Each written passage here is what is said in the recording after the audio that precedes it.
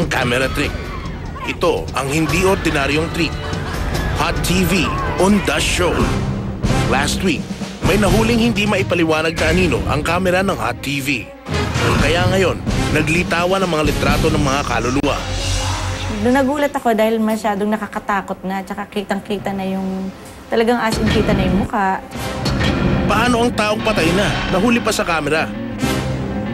Parang ano ba yung kailangan talaga nila na hindi namin din masagot. Huwag kang kukurap. Sa Hot TV on the show.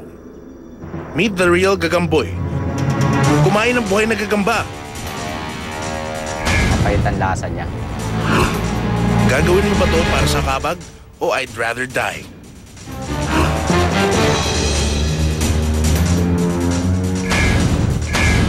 Sa isang hindi pwedeng matukoy na lokasyon, may isang hindi ordinaryong tahanan. Sa ating punta ko rito, parang nakakaramdam ka ng pagana ng loob. Sa bahay na to, may hostyang nagmimilagro. Nag-start yung mga miracles dito 1972. Hanggang ngayon, ang mami ko ay wala na.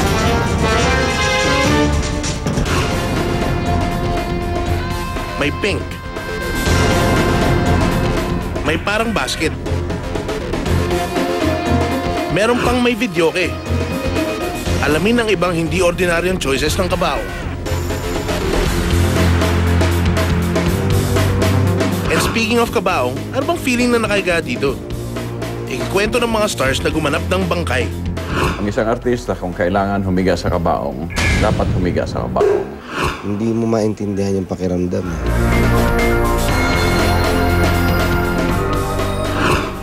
On the show exclusive, Taxi, ginawang ambulansya ng patay.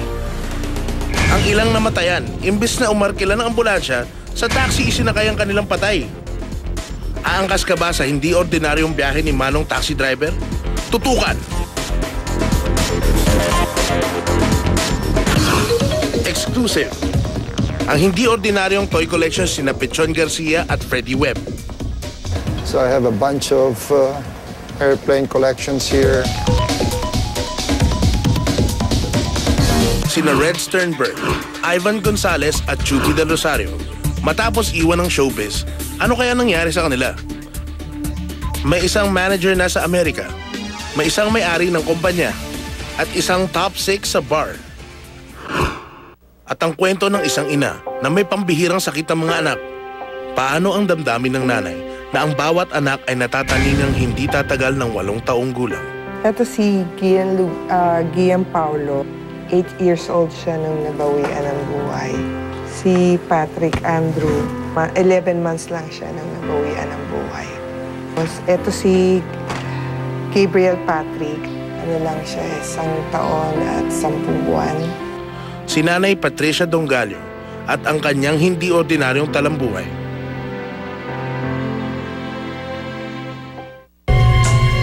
At ang nagbabagang showbiz issue. Paolo Contis, hiwalay na sa misis. Ang dating EB babe na si Lian Paz. Matapos ang whirlwind courtship, na agad humantong sa kasalan, nagbunga ng 2 maliliit pang supling. Bakit tila agad ding nagwakas ang pagsasama ng dalawa? Ang paglalahad ni Lian Paz, live. Simulan na ang On The Show ng Hot TV with live guests Luis Alandi, Rocco Nacino, Lovie Poe, Luis De Los Reyes, Alden Richards, Glyza De Castro, Rafael Rosel, with special guest co-host, ang nagbabalik primetime, the star of Temptation of Wife, Marian Rivera, mula sa GMA Network Studios, Manila, Philippines. This is Hot TV.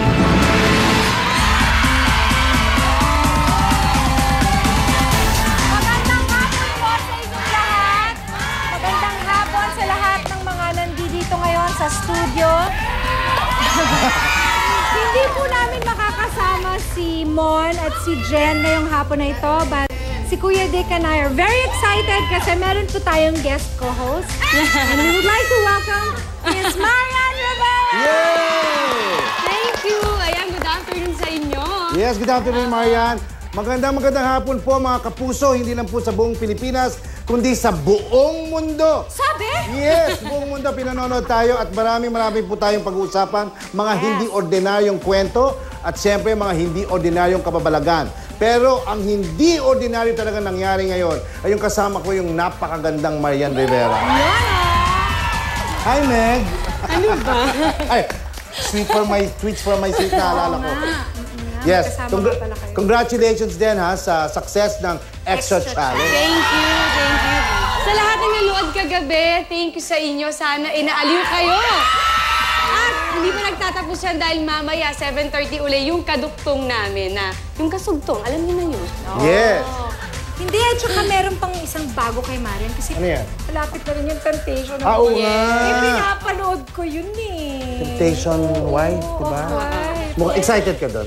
Sobra kasi iba ito eh. May asawa na inagaw tapos harap-harapan na tinatry. Harap-harapan? Ng best friend mo. Grabe naman. O diba, yun yung masakit doon kaya abangan nila yung bagong Marian Rivera dito. Yes. Parang Yan. Parang ang hirap pala dito mag-host. Okay, mga kaibigan, mga excited po kaming lahat dahil meron tayong mga pasabog. Ikaw, excited ka ba sa mga pasabog ngayong hapon? May sisimulan ako, parang itong una kong ikukwento sa'yo, balita ko, excited ka daw at hindi ka daw natatakot. Ay, sana nga hindi ako matakot. Ano ba yun? Hindi. Ito naman, para naman chismis, no? Hindi ba tayo, di ba sinasabi nila, lahat ba ng bagay nakikita ng mata natin? Ay, bakit hindi? Kung nandiyan Lola. Nakikita Si ko Lola si Lola. Lola, di ba? Andyan si Lola, di ba? Nakikita naman Kitang-kita mo siya. Baka tayo lang nakakita kay Lola. Gusto mo ikaw na tanungin ko ng direkta? Sige. Nakikita mo ba kung sino yung nasa likod mo? Eh, gano'n? Okay. kapre. Hindi. Kasi ganito po yun. Meron sinasabi sila na minsan, tayo bilang tao nakatingin sa malayo o saan man, pero ang nakikita natin, kayong lahat lang. Pero ang camera, meron minsang nakukuha na hindi natin nakikita. Katulad ba niyang nasa likod mo din? Huwag ka naman ganun. Ako lang yun eh. Siya lang yun. Mabuti pa para maliwanagan po ang ating manonood, hindi lang yung nasa loob ng studio, panoorin niyo po ito. Tingnan mo yan mga pictures niya. Kalimitan natin ginagamit para sa mga okasyong masaya. Bawat larawan, nagsisilbing alaala ng mga masasayang karanasan. Pero may kakayahan din daw itong ilantad ang mga kababalaghang bumabalot sa ating paligid. Ito'y ilan lamang sa larawang aming nakalap na di umano'y may espiritong nagpaparamdam. Sa gitna ng pangangalap namin ng mga umano'y misteryosong larawan, isa sa mga ito ang natuklasan naming may kakabit na nakakakilabot na karanasan.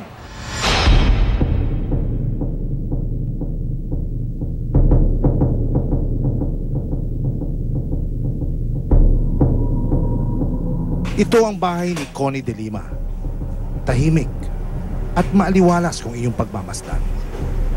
Yung first year na tira namin doon, parang mga ano lang, yung parang paramdam-paramdam lang. Sa CR, parang may nagbubukas ng gripo, may nagpa-plus ng CR. Tapos sumunod, yung pamangking ko na mga 6 years old, si JM, siya yung unang-una talagang natatakot doon dati. Sabi ko, bakit ka ba natatakot? Sabi niya, meron ako nakikita, nakakatakot. Sabi niya gano'n. Tapos mahilig siyang mag-picture-picture. Nung hanggang minsan, may napicturean siya na malaking paa. Na alam ko na paang lalaki, pero grabe yung laki.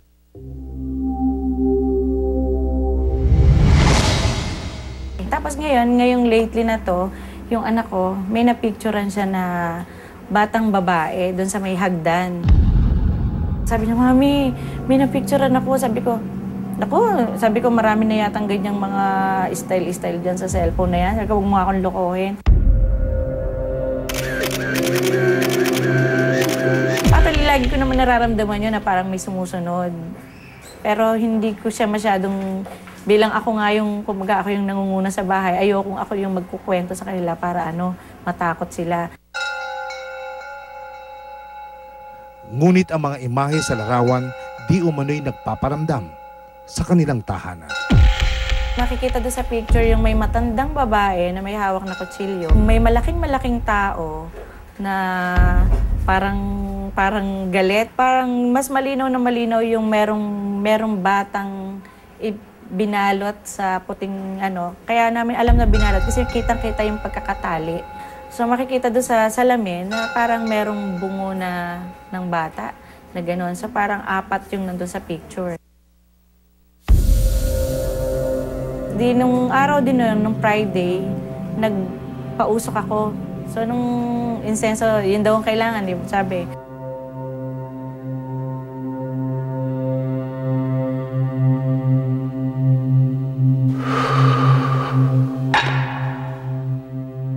Na sakto naman na yung therapist ko si Ivy, natutulog. Tapos, bigla siyang nagising. Nakita ko na umiiyak siya. Ma'am, sabi niya gano'n, nagpausok ka po ba? Sabi ko, ba't ka umiiyak? Sabi niya, kasi po, dinaganan ako sa malaking tao, ginigising ako. Patigilin daw yung nagpapausok. Ginigising niya po ako kasi po, parang dinadala po ako sa bangungot. Sabi niya, gumising ka dyan, bumangon ka, pigilan mo yung nag-i-incense at sumasakit ang ulo namin. Wala naman kami ginagawang masama para paalisin niyo.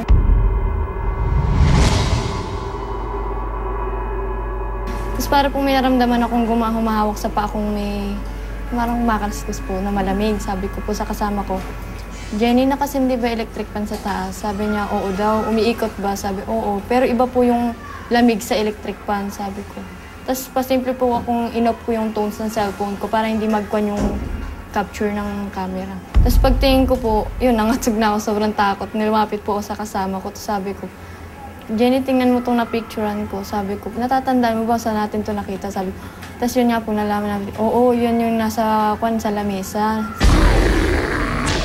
Kahit natatakot minsan, tsaka yung sa gabi, parang nakakapag-alala sa pagtulog. Pero parang wala pa rin nagtutulak sa aming umalis kami. Kaya lang, siyempre sa mga kasama ko na nakakakita, na biglang nagpapakita, baka mawala na ako ng kasama. Pero sapat na ba ang mga larawang ito para tayo tuluyan ng maniwala? Basta ha. Oh, Buday.